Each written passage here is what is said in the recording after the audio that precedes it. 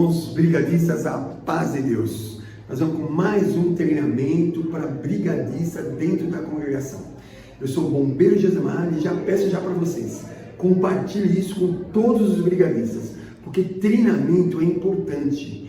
A gente está na igreja, de repente acontece uma emergência e você não sabe o que fazer. Então treinamento vai ser importante para qualificar o irmão brigadista a atuar em emergência. Hoje nós vamos falar de várias coisas. Vamos falar de ferimentos, de hemorragia. Vamos começar com ferimentos. Ferimentos. Existem dois tipos de ferimentos. Nós chamamos de ferimentos abertos e ferimentos fechados. Os fechados é quando não tem ruptura de pele. Então, alguém bate a pele, não há ruptura e houve um ferimento, houve uma lesão, houve um choque. Então, isso a gente pode fazer um exemplo, criança, né? A criança vem andando na igreja, no corredor, tropeça em alguma coisa, enfim, ela acaba caindo e bate a testa no chão.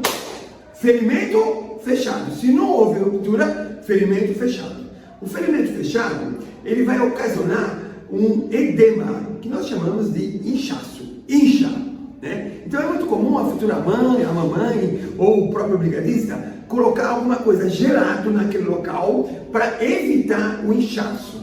Então, colocar alguma coisa gelada não diminui infecção, não diminui dor, diminui inchaço. Então tem que ser logo em seguida do trauma, logo em seguida do acidente, você colocar alguma coisa gelada. O que é gelado? Em geral a gente fala gelo, mas não necessariamente, pode ser qualquer coisa gelada. Tá? O gelo não pode ser diretamente ligado à pele, que pode queimar, alguma coisa protegendo isso e esfriando. Mas por que não incha colocando gelo? Qual que é o caminho disso? E nós já temos um vídeo falando sobre isso, que quando está calor, as artérias abrem, e quando está frio, as artérias fecham. Então, quando fecha, diminui o fluxo sanguíneo e diminui, porque quando você bateu, a célula abriu. Então, quando você tem mais fluxo sanguíneo, aquilo vai acabar inchando e demasiando. Então, a gente coloca gelo, ferimento fechado. Agora, vamos falar de ferimento aberto. O que é ferimento aberto? Houve uma ruptura. Pode ser por uma queda, pode ser uma faca, pode ser, enfim, pode ter um ferimento aberto por corte contuso, enfim, vários tipos de ferimentos podem ocasionar uma hemorragia. Sempre que corta, sempre que abre, ocasiona uma hemorragia externa. Então nós vamos tratar, na verdade, desse ferimento da hemorragia, para obstruir essa hemorragia externa. Considerando uma hemorragia externa, você vai precisar de um produto que é muito conhecido, chamado EPI, Equipamento de Proteção Individual. O EPI, dependendo do trabalho que você faz, você tem um tipo de EPI. Então, o açougueiro usa uma luvas para não cortar a mão. O eletricista usa uma luvas para não tomar choque. E o brigadista usa uma luvas para não ter contato com líquidos corpóreos. Quando você tem contato com líquidos corpóreos, você precisa de EPI. E não é só luvas. Você pode usar uma luva, você pode usar uma máscara, você pode usar um óculos, você pode usar uma touca. EPIs para quando tem presença de líquidos corpóreos. Então, quando não tem presença de líquidos corpóreos, a gente pode abrir mão do EPI. Então, você vai no hospital e o médico tem uma consulta médica e não está de EPI. Né? E ele está no hospital. Você vai numa sala de medicação, vai dar uma injeção, às vezes ela não está com totalmente EPI. Mas quando tem sujeito a líquidos corpóreos, que pode ser sangue, pode ser urina, pode ser fezes, pode ser vômito, pode ser várias coisas que tem líquidos corpóreos, tem que usar o EPI. Então nós vamos colocar luvas quando tiver EPI. Mas vamos falar do ferimento aberto. O ferimento aberto tem hemorragia, e essa hemorragia precisa de EPI. Mas como é que eu faço para parar esse ferimento aberto? O sangramento, a hemorragia. Como é que eu faço isso? O corpo tem duas defesas. Uma a gente chama de vasoconstrição. Então quando tem um ferimento, o cérebro, fecha lá. Então fecha a artéria. O segundo, ele faz um bloqueio com as plaquetas do sangue. Faz uma barreira aqui, para o sangue não passar. Duas proteções. Uma vasoconstrições e faz uma barreira com as plaquetas. Então, eu vou dizer uma coisa meio forte para você, mas se você cortar o dedo e ficar olhando para o dedo, em pouco tempo para de sair sangue. Tá? Então, às vezes a gente se preocupa muito com hemorragia, mas a gente tem que entender, tem grandes hemorragias e tem pequenas hemorragias. As pequenas elas param por si só. Cortou o dedo, ficou olhando, ela para. Mas tem uma coisa que você precisa saber. Uma coisa que você não pode fazer, que você impede a vasoconstrição e impede esse bloqueio. O quê? É colocar o dedo que cortou na água. Quando você põe líquido, quando você umedece, você impede a vasoconstrição natural. Então, se você cortou o dedo e ficar olhando, ele vai parar. Se você colocar o dedo embaixo da água, certamente só vai parar de sair sangue em duas situações. Ou acabou a água da caixa, ou acabou seu sangue. Não vai parar nunca de sair sangue. Mas eu não posso ajudar, irmão, não posso ajudar. Pode ajudar. Como? Fazendo um curativo, uma compressão com gases estéril. Vamos conhecer um pouco de gases. Gases serve para você pôr em contato com a pele não íntegra. Nós temos dois tipos de gases. Nós temos gases estéril e nós temos gases que vêm num pacote assim, ele vem todo aberto. Ele não é estéril. Então isso aqui não serve para ferimento, tá?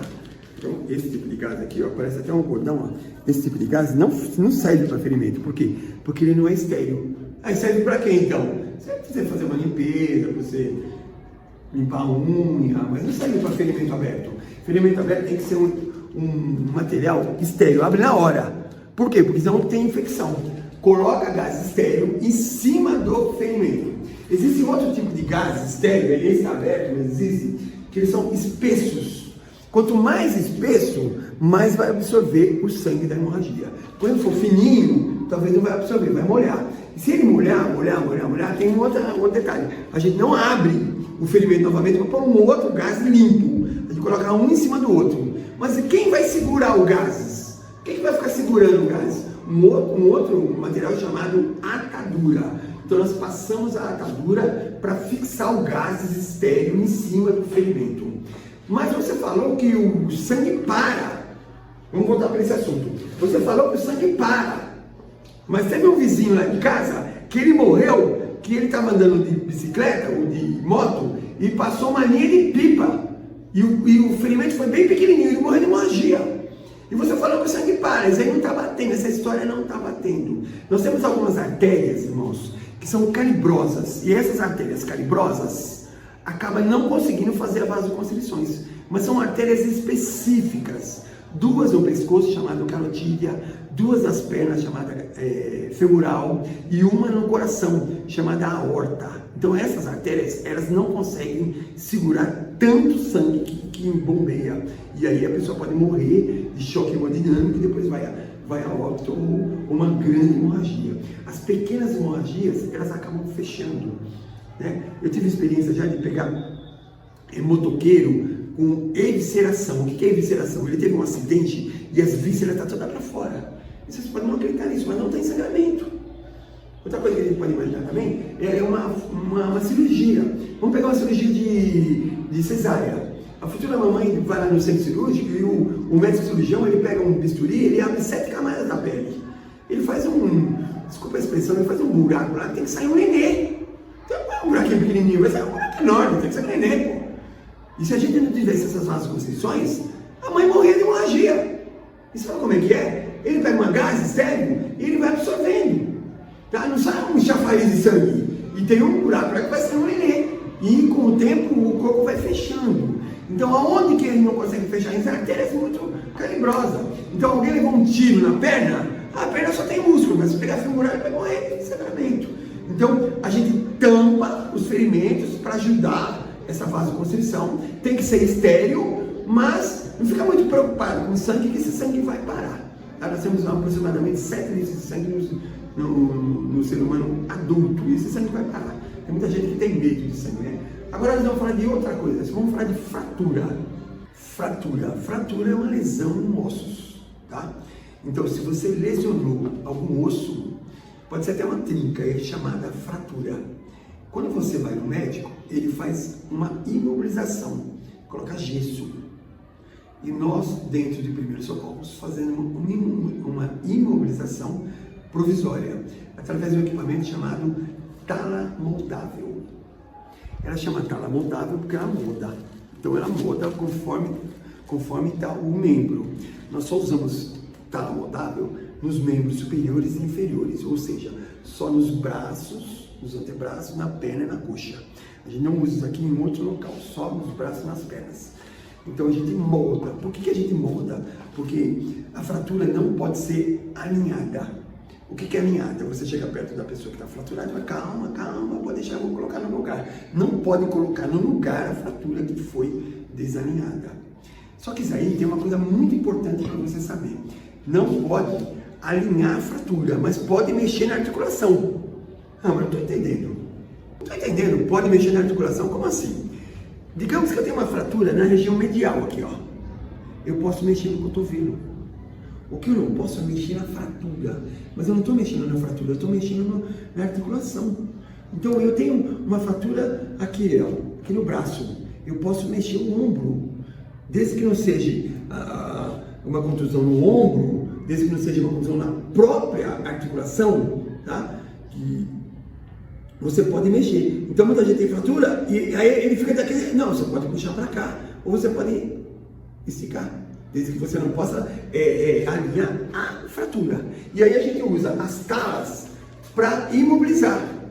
Então vamos aprender alguma coisa de tala. Primeiro, tem tala de todos os tamanhos. Tem tala desse tamanho, tem tala que começa aqui nas minhas axilas e vai até o chão.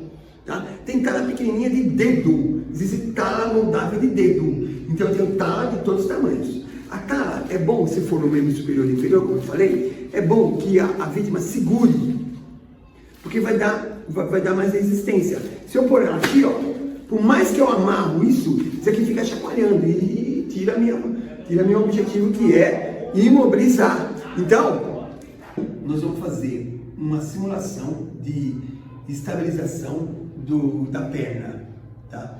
A perna é aqui e aqui a gente chama de coxa. Então, houve uma fratura em um dos dois ossos que nós temos na perna e nós vamos fazer uma imobilização usando a tala.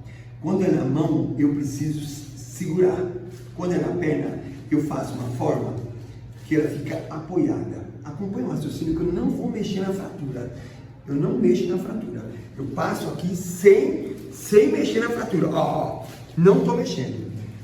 Bom seria que as talas pegassem uma articulação antes e uma depois. Então, é bom que a tala pega até o joelho, sendo que a fratura é aqui.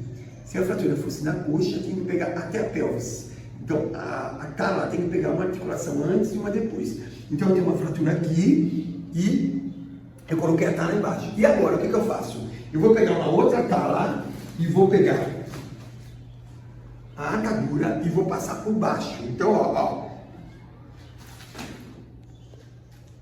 Acompanha aqui, ó. Eu passo por baixo sem mexer na fratura, ó. Tira aqui. E eu passei já uma atadura. Poderia passar mais uma. Como eu tenho pouco tempo, vamos só com essa. Aí eu dobro aqui e coloco isso aqui, ó. Poderia pegar mais uma tala moldável. Vamos buscar uma tala moldável. Nós fazemos isso daqui.